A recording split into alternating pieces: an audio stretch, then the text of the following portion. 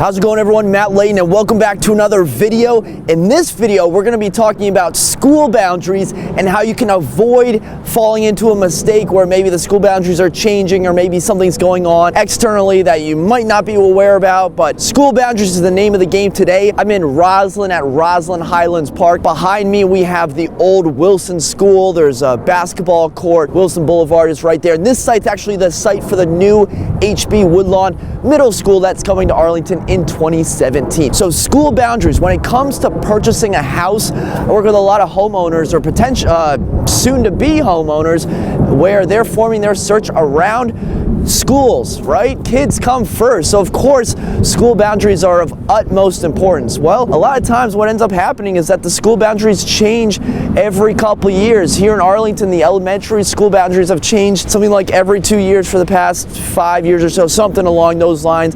That means the middle school boundaries change and eventually the high school boundaries change. So what can you do to avoid the nightmare scenario of buying into an awesome neighborhood with great schools only to have you redistricted to another school the next year? Now, I think there's about 3 things you should consider when you're trying to avoid this pitfall, which, may not be your fault, but there are some things that you can do proactively to get out in front of any potential redistricting. I mean, some of it's going to be out of your hands, obviously, but some of the other things you can be doing proactively. And the first thing is pay attention.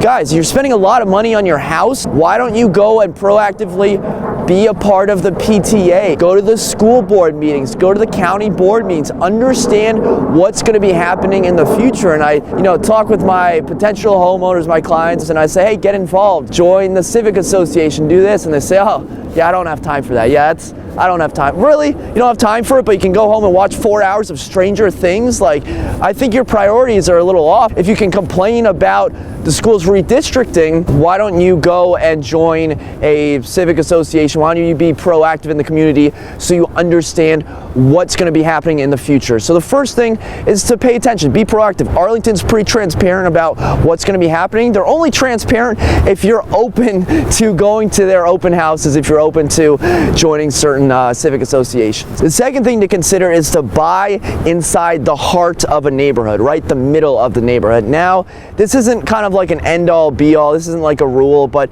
if you're buying inside the middle of a neighborhood compared to on the outer boundary, you're probably going to be less likely to be redistricted. Now, there's a certain neighborhood in Arlington where they might split it down the middle, so it's not, a rule to be taken for granted, but I think it will increase your chances of having the schools that you want if you're in the middle of a neighborhood as compared to the outer rung. And the third thing is expect it to happen. Assume it's going to happen. Murphy's Law, kind of a pessimistic way to look at it, but assume it's going to happen and maybe be okay with the schools in the surrounding districts. I know in Arlington, people always complain about schools, talk about schools, and they're like, oh, I definitely want to be in this elementary school or this middle school. It's like, well, if you looked online, one middle school might be a 9 and the other's like a 7.5. In Arlington, a 7.5? That's like an 11 in some cities. Like, the schools are absurdly good in Arlington, so maybe be okay with the surrounding districts. It's a potential that as a homeowner, it's probably not going to be in your control and it could happen. So just know if you're going to buy into a neighborhood that's somewhat near another school and maybe you're thinking about having kids in the next like 10 years, could be a possibility. All right, so that's about all I got for school redistricting, the boundaries. Just think about it this way. They're probably always going to be changing unless you live in an area with very low growth, but with a lot of influx and a lot of migration increases coming to Arlington, maybe it's coming to your city also, be on the lookout for school boundaries changing. Okay, thanks again for watching. If you're interested in more real estate tips, be sure to subscribe. See you in the next video. Until next time, create a productive day.